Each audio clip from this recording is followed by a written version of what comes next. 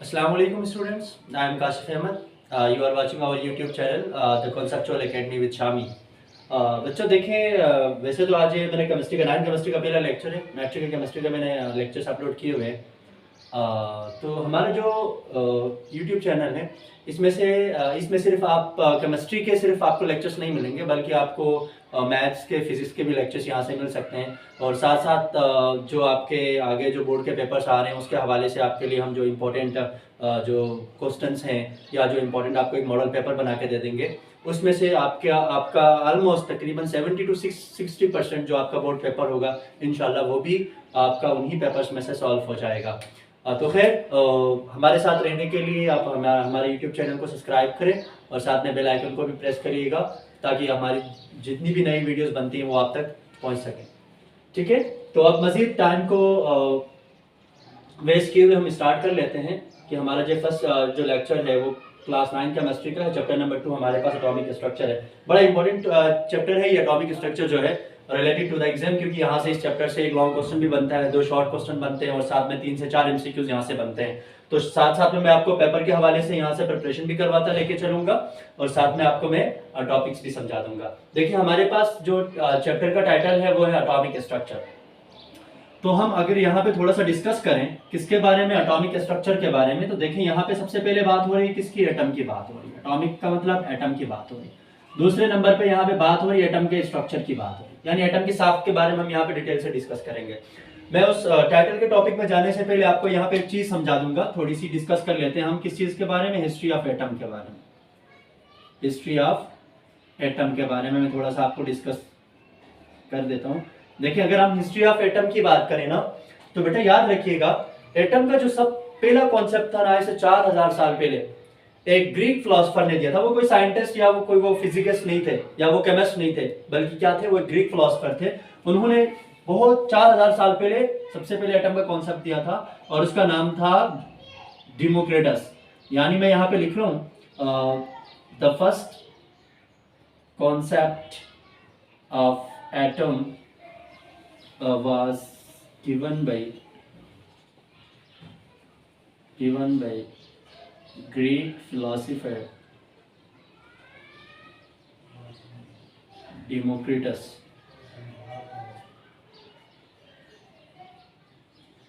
तो एटम का जो सबसे पहला कॉन्सेप्ट था ना वो किसने दिया था, डेमोक्रिटस ने दिया था। अब डेमोक्रिटस कहता क्या है, डेमोक्रिटस एटम के बारे में क्या कहते हैं, देखें। तो डेमोक्रिटस ये कहते हैं कि ऑल मैटर कंपोज्ड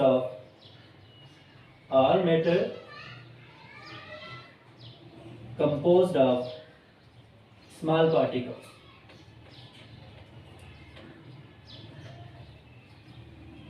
यहां पे देखें, लेट्स सपोज डेमोक्रिटस के हिसाब से ये मेरे पास एक मैटर है। डेमोक्रिटस ये कहते हैं कि ये जो मैटर है ये बहुत छोटे छोटे पार्टिकल से मिलकर बना है।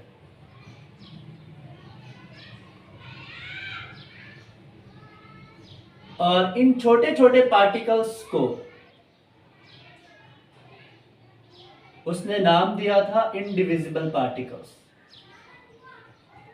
इंडिविजिबल पार्टिकल्स का मतलब ऐसे पार्टिकल्स जो मजीद तकसीम ना होते हो। यानी डेमोक्रिटस क्या कहते हैं, डेमोक्रिटस ये कहते हैं कि दुनिया का हर जो मैटर है, लेट्स सपोज ये मेरे पास मैटर है, तो डेमोक्रिटस कहते हैं दुनिया का हर मैटर छोटे छोटे पार्टिकल से मिलकर बना है और वो पार्टिकल इतने ज्यादा छोटे होते हैं कि वो मजीद छोटे हिस्सों में तकसीम नहीं हो सकते। इसलिए इन छोटे पार्टिकल्स का नाम उसने क्या रखा है, इंडिविजिबल पार्टिकल्स। और इंडिविजिबल पार्टिकल्स के लिए, क्योंकि डेमोक्रिटस जो थे वो ग्रीक फिलोसोफर थे, तो इन्होंने इंडिविजिबल पार्टिकल के लिए जो वर्ड यूज किया वो क्या यूज किया, एटॉमस यूज किया। और एटॉमस भी चूंकि ग्रीक लैंग्वेज का वर्ड है और इसी एटॉमस को हम इंग्लिश लैंग्वेज में क्या कहते हैं, एटम कहते हैं। तो एटम का जो कॉन्सेप्ट है वो आया कहां से, वो डेमोक्रिटस से आया। डेमोक्रिटस खुद क्या थे, डेमोक्रिटस एक खुद ग्रीक फिलोसोफर थे। यानी डेमोक्रिटस वो पहले साइंटिस्ट हैं, जो पहले फिलोसोफर है, सॉरी साइंटिस्ट नहीं है ना ये केमिस्ट है, बल्कि फिलोसोफर है जिन्होंने एटम का सबसे पहला कॉन्सेप्ट दिया है। और डेमोक्रिटस ये कहते हैं कि all matter is composed of small particles. दुनिया का हर मैटर छोटे छोटे पार्टिकल से मिलकर बना है। वो पार्टिकल इतने छोटे हैं कि मजीद छोटे हिस्सों में तकसीम नहीं हो सकते, इसलिए इसने इन पार्टिकल्स के लिए वर्ड यूज किया इंडिविजिबल। और ग्रीक लैंग्वेज में उस इंडिविजुअल पार्टिकल के लिए उसने वर्ड यूज किया एटॉमस और इंग्लिश लैंग्वेज में हम इसको क्या कहते हैं, एटम कहते हैं। तो आप यहाँ पे इसके बारे में लिख भी सकते हैं जो मैंने आपको समझाया, यानी according to Democritus all matter composed of small particles which are indivisible. जो पार्टिकल्स हैं वो क्या है, इनडिविजिबल है।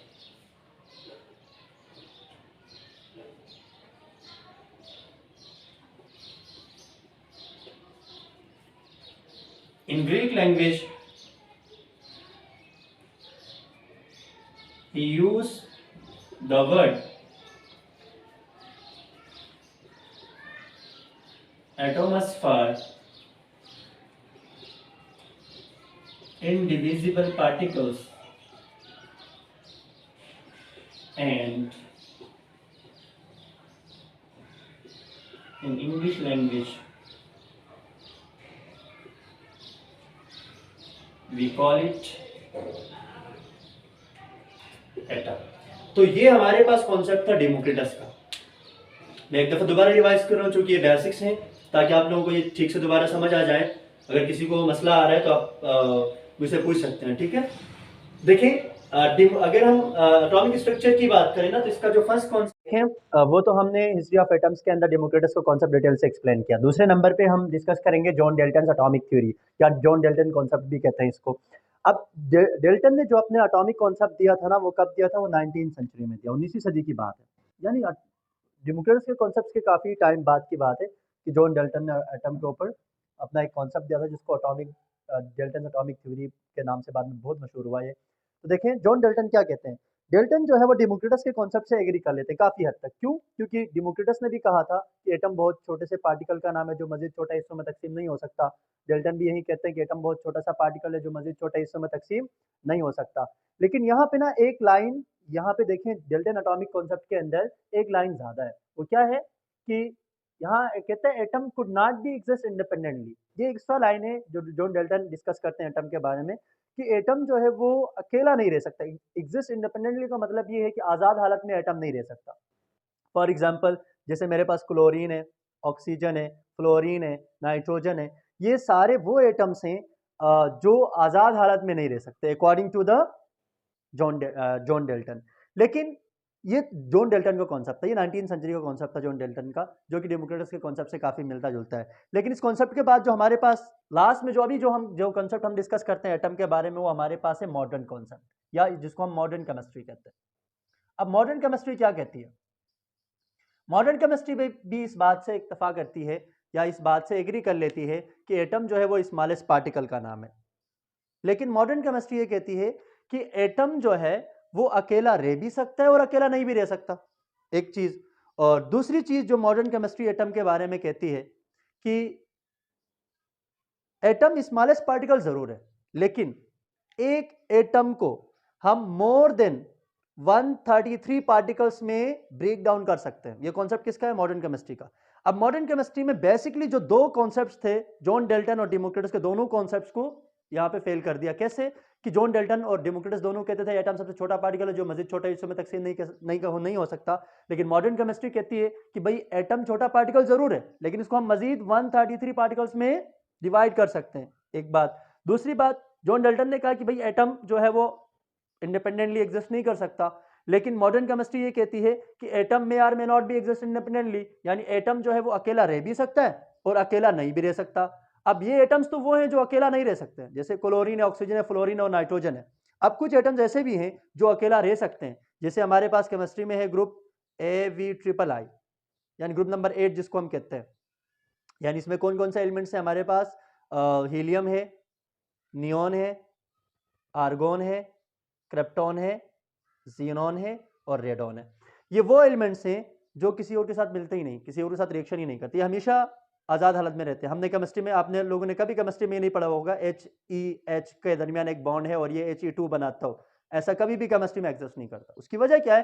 क्योंकि ये जो हीलियम है ये कंप्लीटली स्टेबल होता है, सेम नियोन भी स्टेबल होता है, आर्गोन भी स्टेबल, क्रिप्टॉन भी स्टेबल। तो ये दूसरे एटम के साथ या खुद के सेम एटम्स के साथ बहुत रेयरली एक दूसरे के साथ बॉन्ड बनाते हैं और आपस में बॉन्डिंग कर लेते हैं। इस वजह से हम कहते हैं कि वो एटम्स हैं केमिस्ट्री के जो आज़ाद हालत में रह सकते हैं, इंडिपेंडेंटली एग्जिस्ट करते हैं। लेकिन इनमें से कुछ एटम्स ऐसे हैं जो आज़ाद हालत में नहीं रह सकते। तो ये था मॉडर्न केमिस्ट्री का कॉन्सेप्ट। और मॉडर्न केमिस्ट्री के कॉन्सेप्ट्स को थोड़ा सा हम ऐड कर लेते हैं कि मॉडर्न केमिस्ट्री ने यह भी कहा था कि एटम इतना छोटा पार्टिकल, जो छोटा पार्टिकल है वो ज़रूर है, लेकिन एटम को हम मजीद 133 पार्टिकल्स में कन्वर्ट कर सकते हैं। उनमें से 3 जो पार्टिकल्स हैं वो फंडामेंटल पार्टिकल्स ऑफ एटम कहलाते हैं, जिनको हम क्या कहते हैं, फंडामेंटल पार्टिकल्स ऑफ एटम कहते हैं। फंडामेंटल पार्टिकल्स ऑफ एटम वो कौन से हैं? 3 जो फंडामेंटल पार्टिकल्स हैं वो हमारे पास हैं इलेक्ट्रॉन, और दूसरे नंबर पे हमारे पास हैं प्रोटॉन, और तीसरे नंबर पे हमारे पास हैं न्यूट्रॉन।